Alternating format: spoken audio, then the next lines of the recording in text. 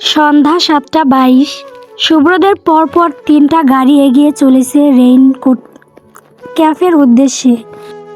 শুভ্র drive করছে পাশে সারা। শুভ্রদের পরের গাড়িতে শ্রাবণ, অহনা, মিসেস সুমনা, অনু আর মিসেস আনিতা।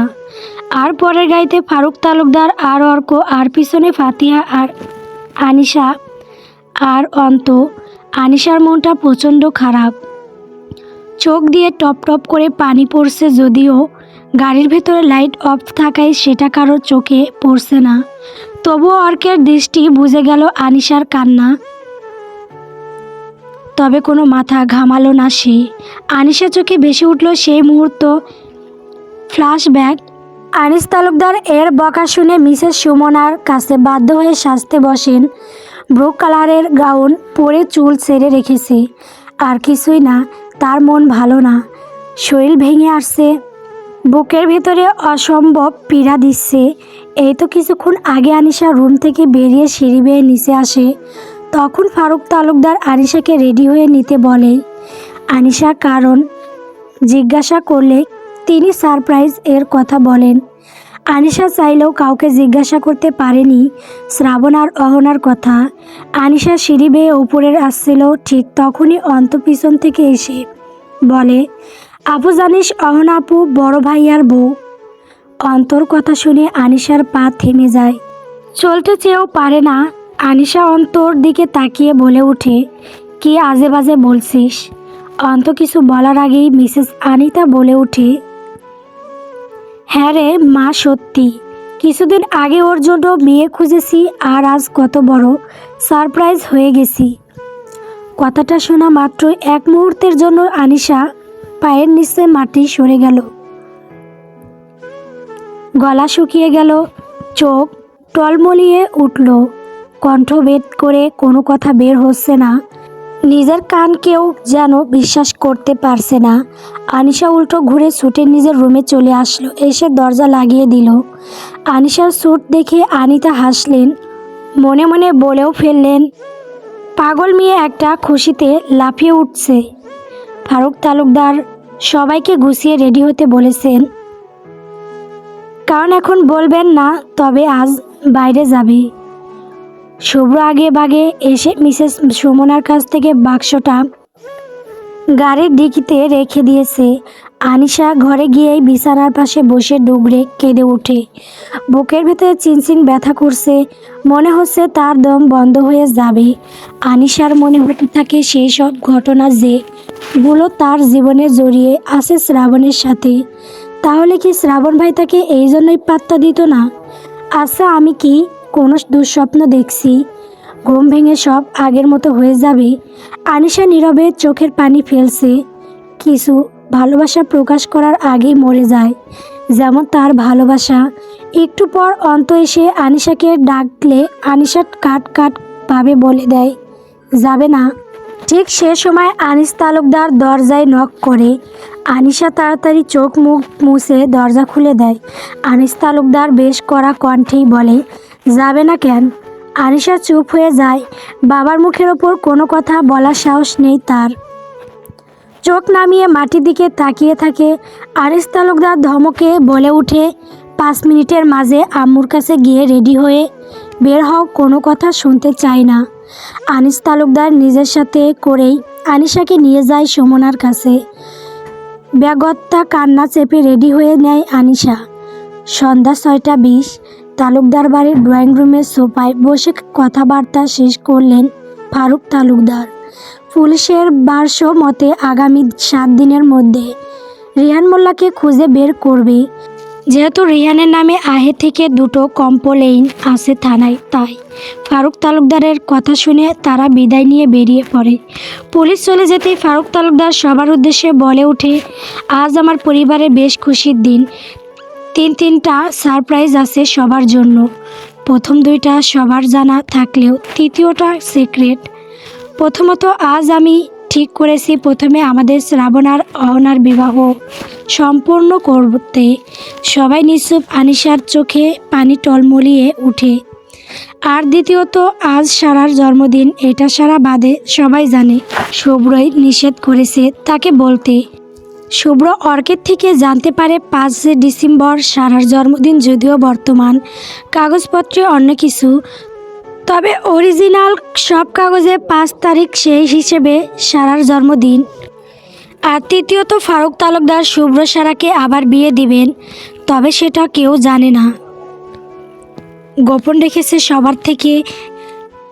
এক এক করে সকলে বের হয়ে যায় বাইরে গাড়ির দিকে। শুভ্র আজ কালো প্যান্ট এর সাথে স্কাই ব্লু শার্ট ইন করে পরেছে, ওপরে দুটো বোতাম খোলা, হাতে ঝুলছে দামি ঘড়ি, চুলগুলো স্টাইল রেক করে রাখা, আর সারার পরনে স্কাই ব্লু রঙের একটা গেরওয়ালা গাউন।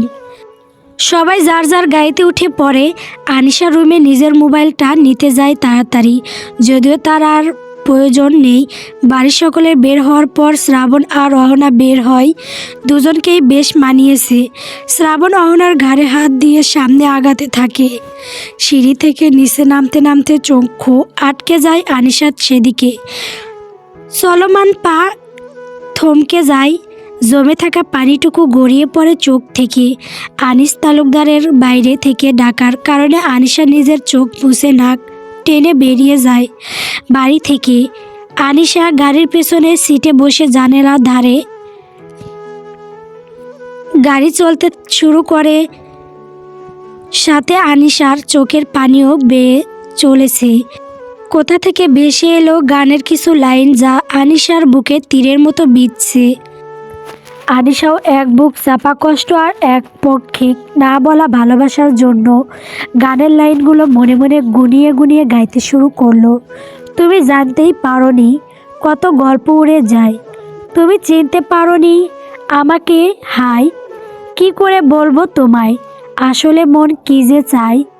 আনিশার বুক ফেটে কান্না আসে। আসলে গানের প্রতিটা শব্দ আজ তার বুকে বেঁধে যাচ্ছে।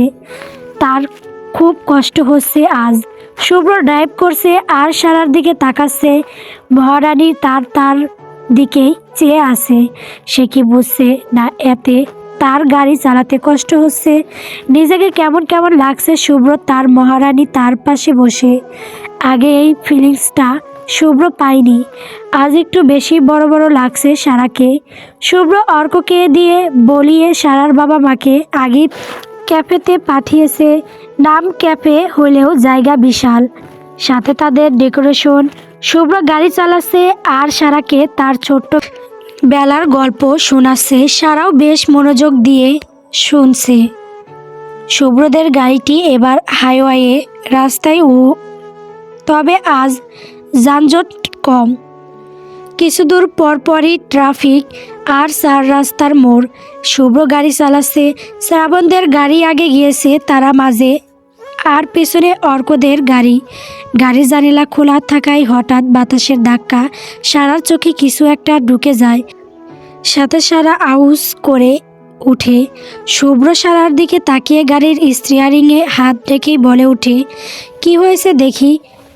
শুভ্র গাড়ি স্লো করে আগের থেকে সারার চোখের দিকে তাকায়। লাল বর্ণ ধারণ করেছে।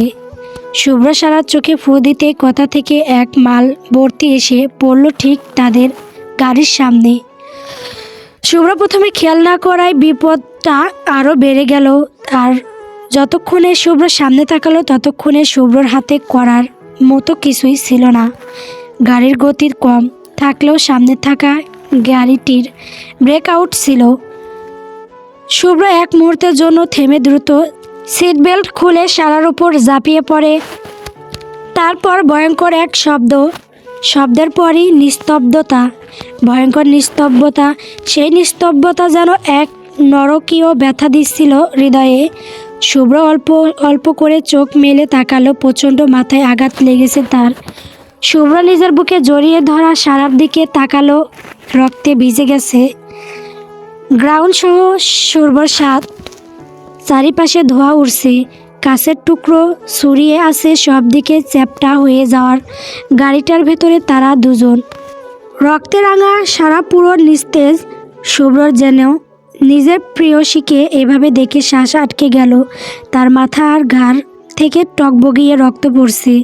শুভ্র কোনো মতে নিজের মাথায় চেপে ধরে সারা মুখে হাত দিয়ে বলে ওঠে, এই বউ, একবার চোখ খোল না দয়া করে।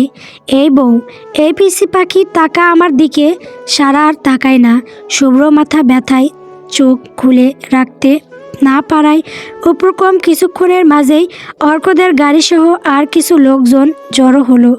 অর্ক উন্মাদের মতো চেপটে যাওয়ার গাড়িটার কাছে ছুটে গেল। খুব কষ্টে দুজনকে উদ্ধার করে হসপিটালের উদ্দেশ্যে রওনা দিল। আনিশা ফাতেহা স্তম্ভিত গাড়ির পিছনে শুইয়ে দিয়ে গাড়ি ছুটিয়ে নিয়ে যাচ্ছে হসপিটালের দিকে। দুজনেরই অনেক বেশি ব্লিডিং হচ্ছে। সারার কোনো সেন্স নেই, শুভ্র এখনও সেন্স আছে। অর্কের কোলের ওপর শুভ্র মাথা আর শুভ্র নিজের বুকের সাথে জড়িয়ে রেখেছে সারাকে। ড্রাইভার যত দ্রুত সম্ভব এগিয়ে চলছে হসপিটালের দিকে। ছোট্ট একটা অ্যাক্সিডেন্ট এ দুটো অতৃপ্ত হৃদয় আজ ভেঙে গেছে। পূর্ণতা পেয়েও অপূর্ণতার ছেয়ে গেল তাদের এই মিষ্টি নামক কালো অধ্যায়। শুভ্র নিঃশ্বাস নিচে কষ্ট হচ্ছে, চোখ দুটো লেগে আসছে। শুভ্রর মাথা অর্কের কোলে থাকার এখান থেকে সারার এক পাশ রক্তে ভেজা মুখটা দেখা যাচ্ছে। সারা নিঃশ্বাস পড়ছে না, নিথর হয়ে পড়ে আছে ছোট্ট দেহটা শুভ্রর বুকে।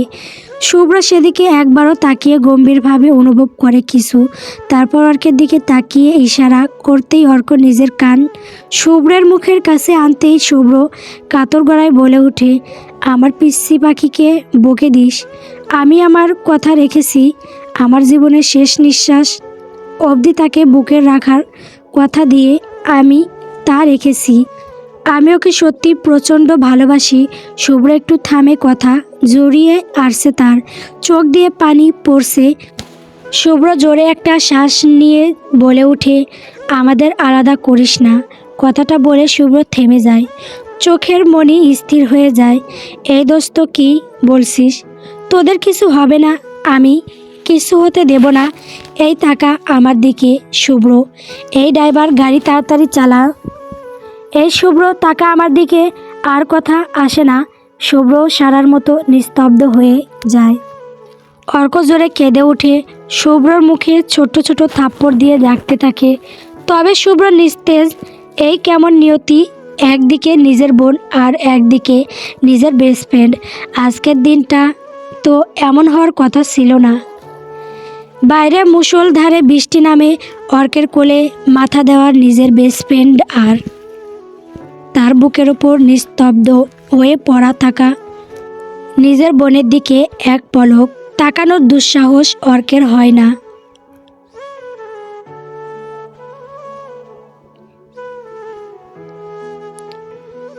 গল্প 4 বছরের চুক্তির মা।